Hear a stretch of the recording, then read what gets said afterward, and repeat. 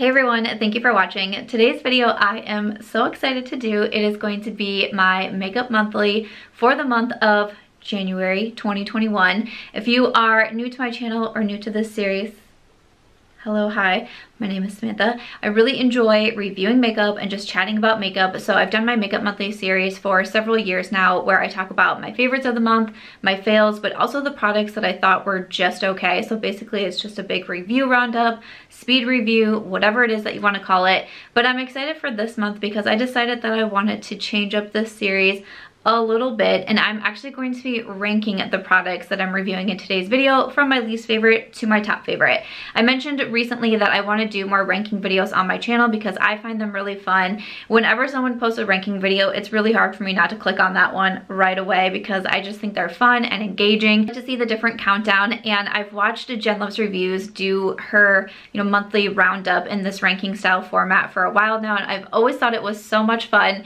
I've done other ranking videos for products in my collection or reviews. I thought, why not do the makeup monthly this way? It's gonna be a really similar format than before because I started with my fails, worked it to my favorites. Now I'm just gonna be putting a number ranking on them. But as always with this video, I am going to include a creator shout out. I've been doing that for years and it's one of my favorite parts of this video. And I am also going to share my top favorite books that I've been reading throughout the month at the end of the video. So as always, we have a lot to get through with this one. Let's go ahead and get started. Alright, I did want to say I did a little bit of filming for this look here over for my Instagram, on my Instagram Reels. It'll also be on my TikTok. So much content to make these days, but I am using some of the products that I will be mentioning, including the eyeshadow palette, what's on my lips, so we will get there. But I have 9, we're going to be going from 9 to 1, even though I have more than 9 products in this video, but that's how we usually roll with these. But starting in at number 9, some people might be surprised.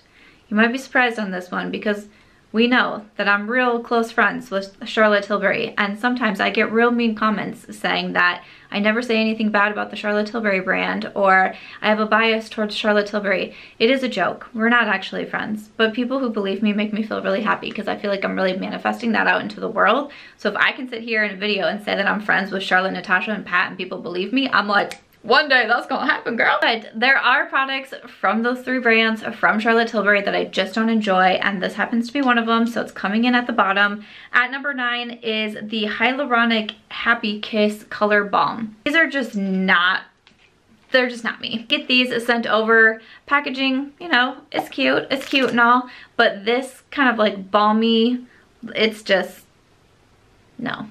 I don't even like swatching it. I just don't really like these types of products. I like either a gloss, especially like a sheer gloss, clear gloss, I think is really pretty, shimmery gloss, or I like a matte lipstick. A matte bullet, a matte liquid lipstick. This like in between balm thing is just definitely not for me. The shade that I'd been trying out was Happy Petal. I mean, it's a fine shade and everything, but I am not gonna be wearing these lipsticks. You have to like click them up, but then you can't click them back down, and that kind of drives me crazy too, and I'm simply not a fan of these. Don't kick me out of girls' night, Charlotte. I'm the funnest one there. Next one I'm really sad about because I feel like I'm seeing so many good reviews and I was so excited to try this out, but I have some cons with it. This is from Bite Beauty, is their new Upswing mascara. It is the mascara that I have on my lashes today. I do think it makes my lashes look pretty. It definitely gives them a lot of volume. It gives them some length. It makes them a little bit darker. But the first time I tried this, I did a wear test on my TikTok, which is by Samantha March.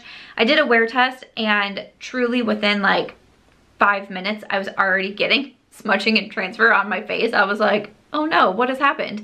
And even by the time I finished like getting all of my makeup done and then I was sitting down to film, I had to wipe away a lot of black smudges on my under eyes. I did put this on today, and after I finished doing my makeup, I did clean up my under eyes because I felt like I was already getting some black down there. We look okay right now, but I feel like I have to film this video, then I have another video to film, and I'm going to be checking my under eyes the whole time because unfortunately it just smudged on me. I think it's pretty though. Like, I'm probably going to keep using it, but really only for filming purposes where I can be right here and constantly checking my face. Like, I would be kind of worried to wear it out, especially if I was going to like a club and I was going to be dancing all night long. Remember those days? That would definitely make me pretty nervous to wear this one. But for like around the house and such, I can wear it because I still think it makes my lashes look really pretty. Now I do have more oily skin now. I don't know if maybe that's something that factors into it. Like maybe just the skin on my under eyes is getting so oily. That's why I'm having transfer issues, because I feel like there's a lot of mascaras that transfer on me that other people say doesn't transfer at all. And again, I feel like I've been seeing so many good reviews on this one. So if you don't normally deal with transfer, maybe if you have really, really dry skin and that's just not an issue for you, you might really like this one. But for me, it just, you know, I can't go by what other people are saying. I have to go by my own experience, and my own experience is I gotta do a lot of cleaning up. I have another mascara recommendation coming closer to the end of this video, so stay tuned for that. But coming in at number 7, I have these palettes from Colourpop Cosmetics. So I've been trying out their Love Struck collection. The Bite Beauty mascara also sent to me in PR. These Colourpop palettes also sent to me in PR. So I do have a full video up on my channel if you're even interested anymore. Colourpop moves so quickly. Sometimes it's like, oh my goodness. But if you're still interested or seeing some looks and my thoughts on these, I can link this video up in the cards. But they came out with these 5 kind of like bite-size mini style palettes, you know, kind of like Natasha Denona-esque palettes. And I think that they're pretty good. Kind of as we get to the middle section, these are products that I think are good. They're just like not top favorites of mine. And again, kind of what I said in my video is that I felt like these were really close to being like, but they just slightly missed the mark. So today I do have on Crush. This is the one that I have on my eyes, and again, that tutorial is going to be on my Instagram, which is March Beauty Word. I find the formula for this one and also for Cherish, yes, Cherish, which again, another tutorial on my Instagram with this one. I like these. These are the ones that don't have the pressed glitter in it, but they do have these matte shades that have a bunch of microfine glitters. Those are not my favorites. Those typically just end up being a matte. That's kind of how I look at them. And you do get quite a bit of fallout, so that's just not like a personal favorite. And then in my YouTube video, I have a tutorial with these 3 other ones. For Lyric and Amore, these do have the pressed glitters. I don't really wear pressed glitters all that often, so for me, a lot of times I've just been skipping over those shades because I just don't wear them. I feel like if that would have been a Super Shock or just a really pretty shimmery metallic, it really, like, it would have boosted these palettes up. And then the last one, we have Ballad, which is more cool tone. I had really high hopes for this one, but again, you do have that matte with the microfine glitters, and it's just not a favorite. So you kind of what I said in my video when I was testing them for the first time. My first impression really hasn't changed all that much from that video. I feel like these were really close to being just like an absolute home run for me. They were just a little bit shy. But for the most part, I enjoy the formula. I feel like if I'm going to go for these versus my Natasha Denona, I'm going to be going for the Natasha palettes just because I like the formula a little bit more, but I also feel like I get more use out of the palettes as a whole instead of skipping a shade or 2 out of every single palette. At number 6, I have this new highlighter from Buxom Cosmetics. And I've had a lot of people ask me my thoughts on this one. This is their Wonderlust Glow Highlighter in White Russian. Now, I really like the Wonderlust blushes from Buxom Cosmetics. I think those are so beautiful. I've talked about them on my channel for quite some time. Now, this highlighter is interesting, and what's funny is I just was watching Andrea Renee January wrap-up also, and she reviewed the Buxom highlighter, and she said pretty much exactly what I was going to say. My comment to her was I had the same thoughts on the Buxom highlighter. When you swatch it, it doesn't really, like, I remember the first time I swatched it, I was like,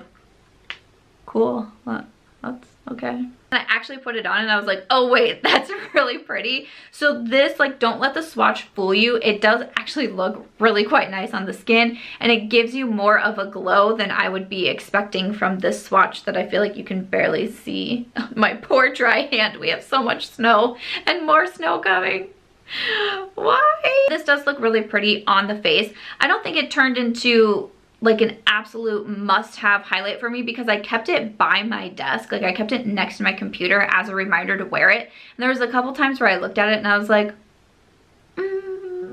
I have another highlighter that I want to wear instead, but I've worn it several times throughout the past few weeks here since I did receive this one in PR from Buxom. I do think it's nice, but again, kind of falling in the middle of the pack because while I think it's pretty and I'll continue to wear it, I don't think it's going to top like my Ofra or like my Natasha Denona highlights. Coming in at number 5, I just have a bunch of products here from e.l.f. Cosmetics. I'm just kind of putting all of these together because I feel like I would rank them all like right next to each other. So I thought, why not just put them all together? So first we have the e.l.f. Camo CC Cream. I have a full video here on YouTube. I can link it if you want to see me testing out the CC Cream. Also their new Brightening Flawless Concealer. And then I did also pick up the sponge. I did purchase all of these from e.l.f. Cosmetics myself. This is like their Marshmallow Sponge, and I'm so sorry it's dirty. I need to, my little tin of sponges is full. I really need to clean everything. I had to go in and get this one out. I was like, oh man. But their Marshmallow Sponge, I would definitely recommend. It's super soft. It's that texture that I really love in a sponge. So I would highly recommend this one. And I've already washed it before too, and it washed just fine. And obviously I need to wash it again. For the CC Cream, I got 2 different shades and I actually just mixed them together.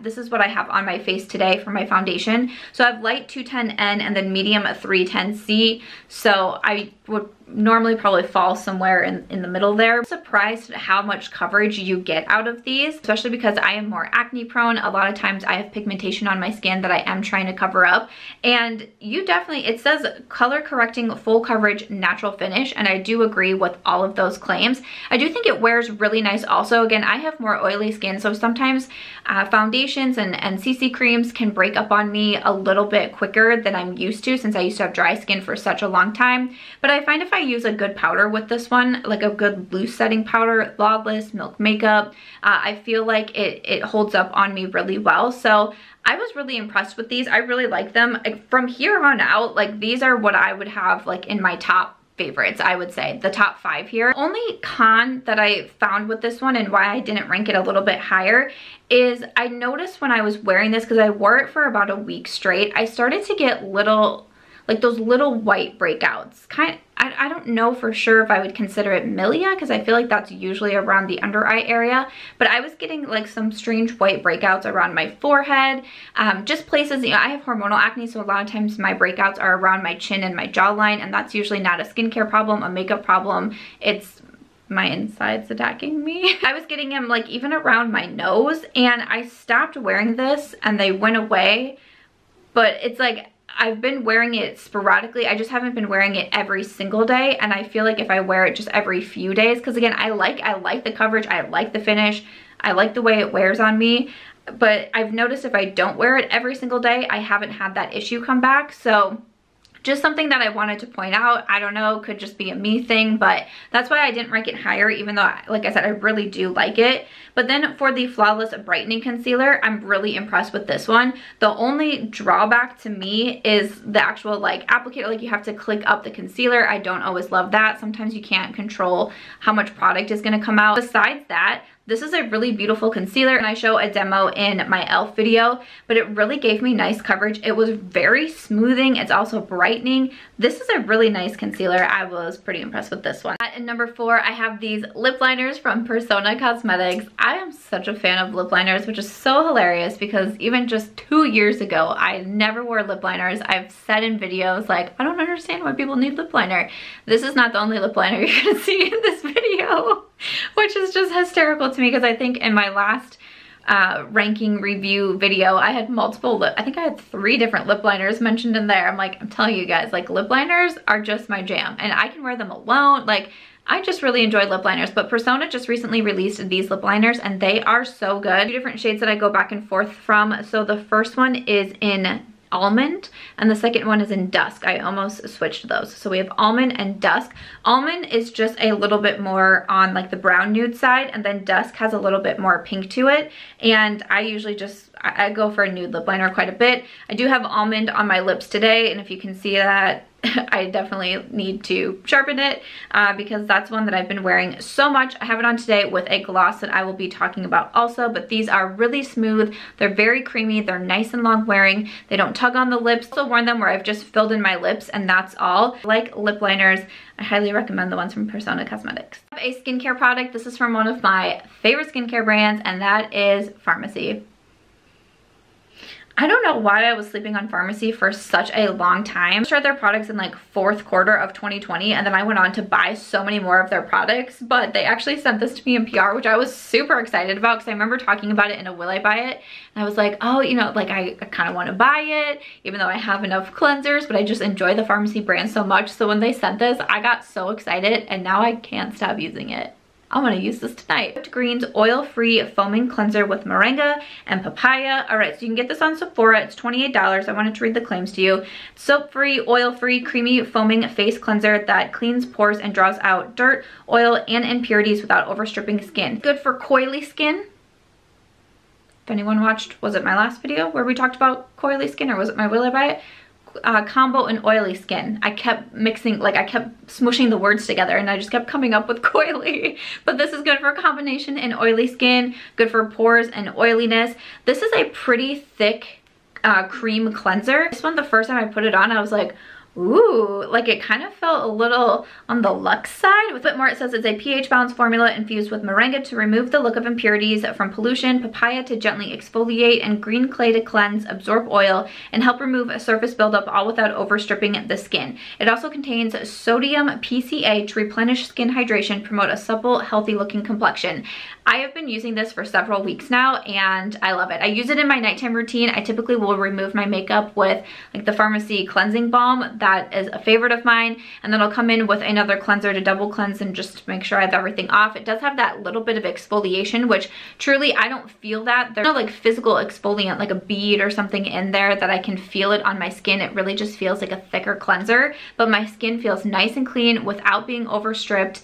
Again, I've been using it for weeks, no issues. I'm gonna keep using it. Really enjoyed this one from Farmacy. Another mascara, and coming in at number 2, this is from Maybelline. This is their Sky High Lash Sensational Mascara. Okay, so this guy went viral on TikTok and it took me forever to find it. I finally found it at my Walgreens and I think I paid like $11.99 for it, which is kind of expensive when it comes to Maybelline and the drugstore. I purchased this myself, but this is a really nice mascara. The wand is pretty flexible on it, but it really makes my lashes really long. That's definitely what it does a little bit for volume, but definitely lengthening is where it's at. But this does not move. This does not move. Every single time I've worn this mascara, it does not budge. I even cried one night while wearing this mascara while I was also filming a wear test for the mascara. So I got to come back at the end of the night and you could see like my puffy, slightly swollen face and eyes from crying. But guess what wasn't on my face? Mascara.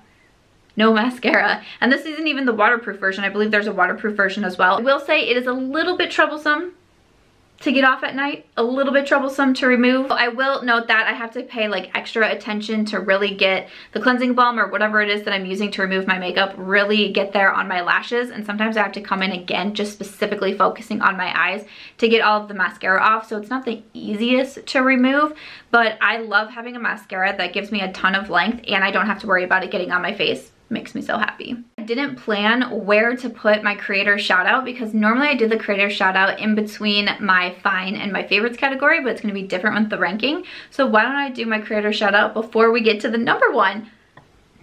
I feel like that sounds like a fun idea. Like I said, I've been doing the creator shout out for years. It's just one of my favorite parts of doing this video. I live by the motto community over competition, and it's something that I always strive to do in my videos and just having more of a community feel here on YouTube.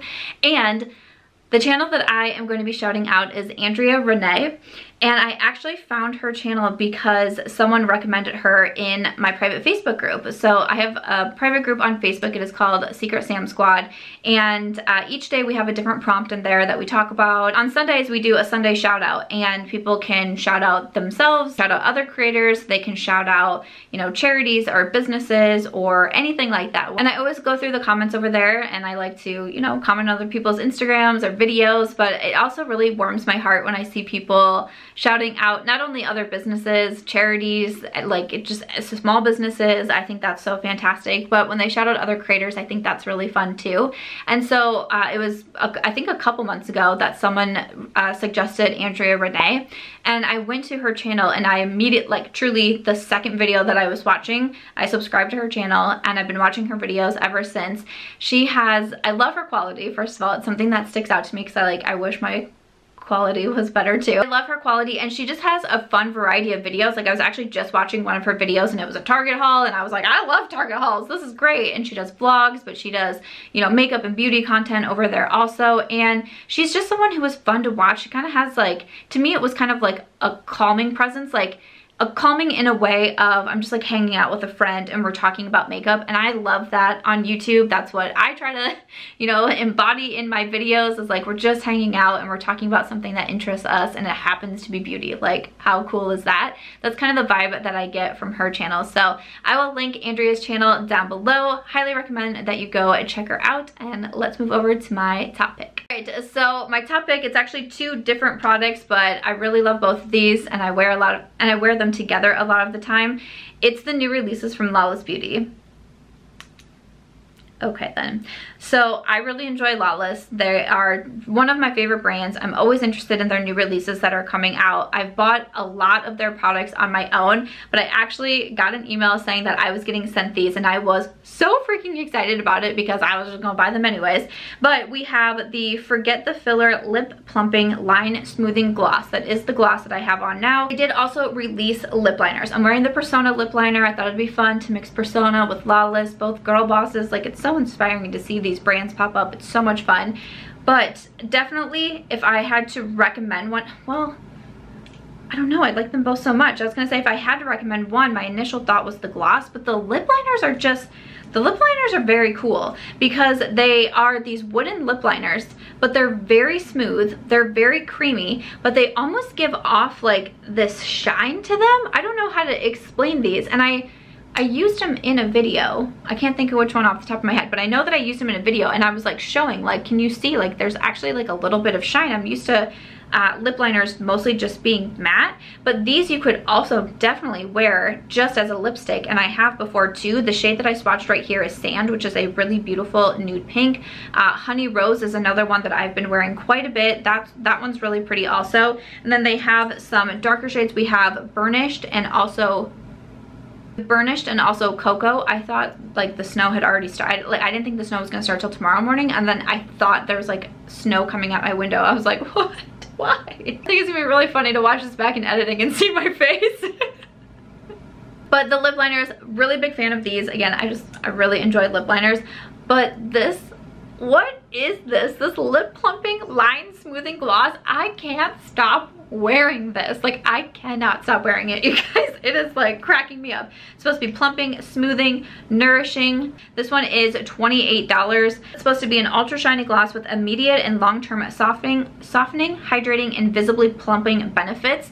And again, I tried this one out in a video, and that's what I said, is that I can see the plumping. Like, my lips look bigger when I wear this gloss, but I don't feel anything. I don't feel those tingles. I don't feel like that Too Faced like lip injection gloss thing. I do not like that at all. I don't want my lips to physically be in pain just to make them look a little bit bigger, but this gives you that plumping and just this really beautiful glossy effect. And you know, it's a gloss, it's not going to be as long lasting as a matte liquid lipstick by any means, but I feel like it still has a good wear time. I very rarely have to touch up with this one throughout the day, which that impresses me also. The con that I have is how much actual product is in here, because I mean, again, I've been using this a lot. I've been using it a lot, and I feel like I'm like trying to shove this in your face, but I still feel like you can see that there's a lot missing in here, and I'm like, have I really used that much in that short of time? That is my only con that I can speak to about this one. Really, like, I keep reaching, that's why I'm kind of like, I don't know, maybe I am just using it that much.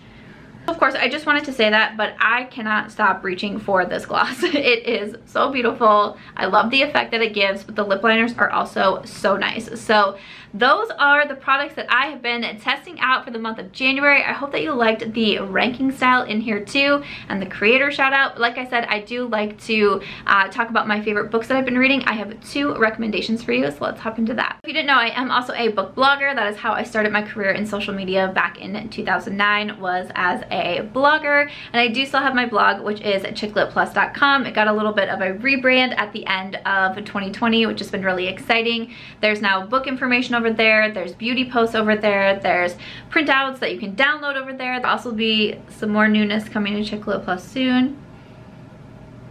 very soon. But to hop over into the book reviews, so these are the ones that I gave a 5-star review to in the month of January. I did also want to say I'm gonna link a post of all of my top books of 2020 because I didn't do a makeup monthly for December because I was doing, you know, my top drugstore, my top high-end, my fails, ranking all of my palettes. I was doing all of those kind of wrap-up videos, so sometimes I do skip over the makeup monthly for December.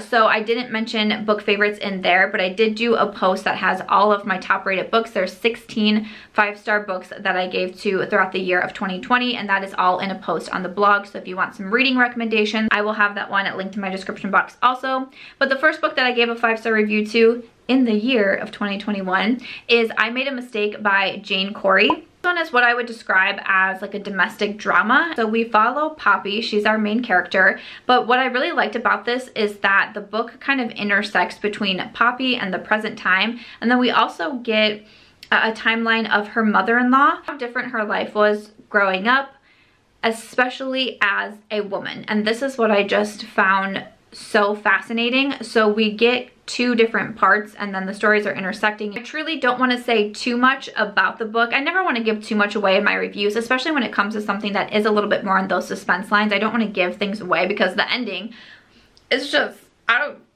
once I got to a certain point in the book, I was like, okay, I really just can't put this down because I have to figure out what's going on. And there's plenty of twists and turns. I'm also excited because this is the book that I chose to be the first book club read. If you haven't seen, I did launch memberships on YouTube. So there's a member exclusive video that goes up every single month. The members get to vote on that video. Last month it was how I plan and organize my schedule. Different tiers. And on the second tier is also a live chat / book club. So every month there will also be a live chat with me. I'm really excited for February's because we're doing a Galentine's theme. And we're doing it over Zoom so we can all hang out together and do our face masks and drink some wine and just have some fun and hang out for a while on a casual Wednesday night. I'm really looking forward to it. But also we're going to have the book club included in those live chats. So every couple months I'm going to choose a book and we're going to read it, and then we're going to come on Zoom and we're going to talk about it together. And I've wanted to launch a book club for the longest time, and I'm so excited that we're finally here. And I Made a Mistake by Jane Corry is the first book that we're reading. So it's been really exciting because I've seen people tag me on Instagram and on Twitter that you guys have gotten the book and you're starting to read it. So I'm going to be really looking forward to our discussion because this was a book, as I was reading it, I kept thinking like, I want to talk to people about this, mostly for the mother-in-law's point of view and how she grew up and how women were considered in marriage and career, that I'm going to be really excited to talk to other members about in the book club and just get their perspective on it, because it definitely made me feel a lot of ways. So it's a great book. Again, if you like something that's a little bit more on the suspense side, we do have murder mixed in there, but I don't like things that are like horror or gory or anything like that. So it's mostly, like I said, a domestic drama suspense style novel. The book that I gave a 5-star review to is Everybody Else is Perfect, and this is by Gabrielle Korn. This to me is such an interesting novel. This one is actually a memoir. I don't read a ton of different memoirs or even like autobiographies. I usually stick with fiction, but I have been trying to get more into nonfiction, and especially with a focus on books that will, you know, kind of help like expand my mind and make me think. And that's something that I've definitely been trying to do a lot more. But I was really excited to read this book because I was also given the opportunity to interview Gabrielle Korn for my podcast. So I have a podcast that goes up on Thursdays on Spotify and iTunes and wherever else you can find podcasts. My podcast is Start Inspired, and you can download that anywhere. But I was really excited to be able to interview Gabrielle Korn because as someone who has been interested in the publishing side of things, not only when it comes to books, but when it comes to beauty and lifestyle, you know, when I was growing up, one of my dreams was to be a magazine editor. And then as I got into blogging and I was seeing how websites were starting to become the new thing, like I'm someone who saw basically the death of print and the transition into the digital era. Starting a blog myself, I've written for multiple different websites. I used to have plenty of side hustles where I was writing articles for different websites. I know the name Gabrielle Korn, and to be given an opportunity to interview someone like her, I was incredibly nervous. I was so anxious. I literally sweat through my shirt when I was interviewing her, and it was just over audio. It wasn't even like we were seeing each other. I was so nervous and I wanted to do such a good job on this interview. So if you're not familiar with Gabrielle Korn, she was a beauty editor at Refinery 29, and she eventually took over as the youngest ever editor-in-chief at Nylon. Her behind the scenes look of being a beauty editor is really fascinating. So obviously if you love beauty, this is a book that I definitely would recommend to you because you get a lot of those behind the scenes, and I think it's really hilarious because one thing that she talks about is all this jet setting that she got to do, all these fashion shows she got to do, all these like almost essentially brand trips that she got to do. And it's something that I've said on my channel for such a long time because people have such an issue with brand trips and influencers going on them, and I'm like, this is what's been happening for years. Like this has been a thing. It's like people thought they just started with social media influencers because suddenly you were seeing it on YouTube channels. And I was like, why do you think it was another part of why I wanted to be a magazine editor? I wanted to be sent to these fashion shows. I wanted to go on these trips. Like, hello. So it was just so funny to hear her talk about her amazing closet filled with designer bags and shoes and clothes and what she got to wear and the life that she got to live. There's also so much more to it, and she talks about unrealistic beauty standards and how the rise of social media and social media influencers have played into an impact of that. She talks about trying to be more inclusive and more diverse when it came to the magazine, and how many years the cover of Nylon was a thin white woman. She really tried to break the mold and to bring more diversity into the magazine, and then every other thing that she's been doing since then, about coming out as a lesbian, being the only queer professional in a room and how that felt, battling disordered eating. I mean, there is so much in there, and this is a book that I just thought was so great because it made me think a lot throughout the way. There was a couple times that I truly felt uncomfortable reading it, but uncomfortable in a way of like, I need to figure out why I'm uncomfortable and how I can change it going forward. I highly recommend it, especially if you're in the beauty, fashion, lifestyle side of things, or if it's something that you're interested in. It's a really, really interesting read, and I really hope that it makes you think. I will also link my podcast interview with Gabrielle. I thought it was such a fun one. It was really interesting because, like I said, like there was sometimes where she kind of gives flack towards social media influencers, and that was one of my first questions to her is, you know, why, or what are your thoughts? And she said the same thing back to me. I want to know your thoughts too. So it was just so fun to be able to have that conversation with someone, especially someone that I've respected professionally for many years. That was such a huge highlight for me. So thank you to anyone who supports my blogs and reads my book reviews, buys the books that I recommend to you, and listens to the podcast, because that was a huge moment for me. And to get these opportunities is just, it feels so incredible sometimes. So thank you so much. I really do appreciate it. But I'm going to link both of the books that I just mentioned down below, of course. Right, I think that is it for today's video, though. I hope you enjoyed this Makeup Monthly. I hope you liked the different style format. Definitely let me know your thoughts. Everything that I mentioned is linked in my description box, of course. And as always, if you enjoyed it, please make sure to give this one a thumbs up. I hope you also consider subscribing before you go, and I'll see you in my next video. Bye.